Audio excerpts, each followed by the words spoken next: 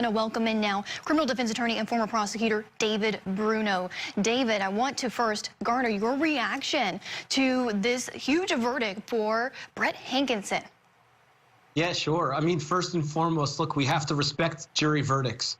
I mean, coming as a former prosecutor, homicide prosecutor, and litigator in the courtroom, it's impossible for people to understand verdicts because they just didn't see the evidence 24/7.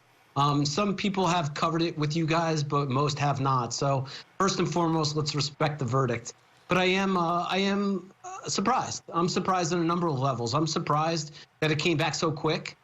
And look, I think the prosecutor, and the point was already made, did a phenomenal job in her closing argument with the imagery of the three individuals, the imagery of the trajectories of the projectiles, where the spent casings were found.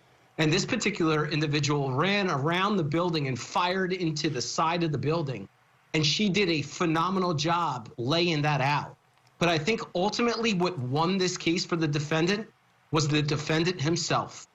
He was able to get on that stand and really speak from the heart. He was emotional. He put his perspective at issue. And look, we have to be very careful as defense attorneys calling defendants to the stand. Why?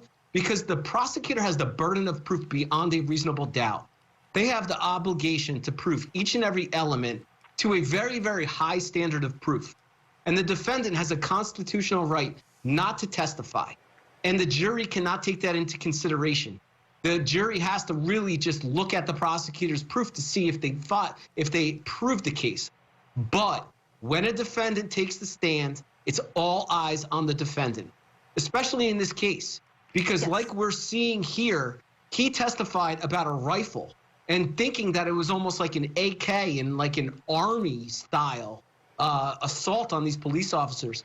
And in the end, it was a 9mm Ruger, once shot at Sergeant Mattingly, and he was wrong about that. But I think he came across credible to the point where the jury believed him, that that was his thought process, and he believed that he needed to do what he did going around the corner and firing into that building. Oh, yeah, I agree with you. It did come down to his testimony, whether he was able to connect with these jurors. We were just watching video of him on the stand, David. He's gesticulating, he's standing up, he's demonstrating, he's looking to the jury as he explains what he was seeing, what he was thinking, what he was feeling, and that was powerful. Like you said, the jury believed him. And I have to also pick up on the fact that what Julia said a little bit earlier, there are two definitions of justice that she garnered from the reactions of this verdict inside the courtroom. I think that's very clear. And I also want to mention that the prosecution made a smart motion before closings earlier today to make sure the defense didn't argue to this jury to put yourself in the place of the defendant, what he was seeing and thinking and feeling, and that was sustained.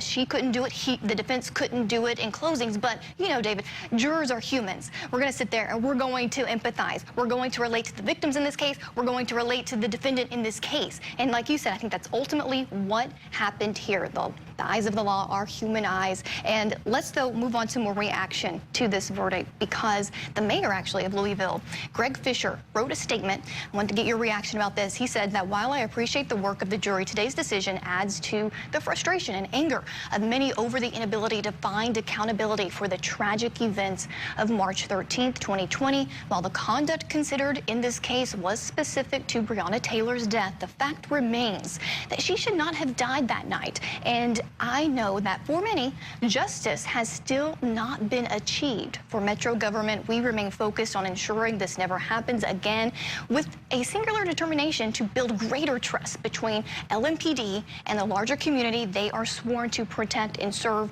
This includes banning no-knock warrants, conducting a top-to-bottom review of our police department, creating a civilian review and accountability board, and an office of inspector general, changing tear gas and duty to intervene policies, making reforms in search warrant and current seizure policies, and working closely with the Department of Justice to create best-in-nation policies.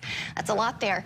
But David, I wanted to get your takeaway. I know that you're very informed on no-knock warrants and other changes in this regard. And even though there's so much tragedy surrounding this incident, it seems as though a lot of positive changes are going to come from this. Yeah, for sure. Look, I think that we can all agree that Breonna Taylor did not need to die and she should not have died there. I mean, there were multiple mistakes that were made by law enforcement. I mean, just coming out of this trial, look, there was no operational plan. I mean, this defendant wasn't briefed on the surrounding apartments. There was no thought to some of the things that they should have been briefing these officers on. There's no flashbang used.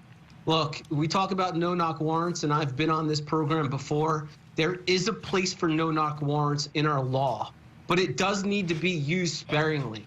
I mean, when police are breaching these doors and going into dangerous houses and who knows what's on the other side of the doors, there needs to be some use of no-knock warrants.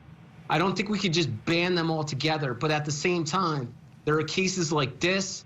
There's the Amir Locke case. There's case after case where it is shown that it's a very dangerous execution in the way that they do that. And every case like this should be reviewed, evaluated, and lead to change. And I think we're seeing that. And I agree with a lot of what was said in that statement, that we need to learn a lot from this case. All right, David Bruno, you're going to be hanging out with me this evening. Thank you so much. Well, before Brett Hankison was found not guilty today, he took the stand.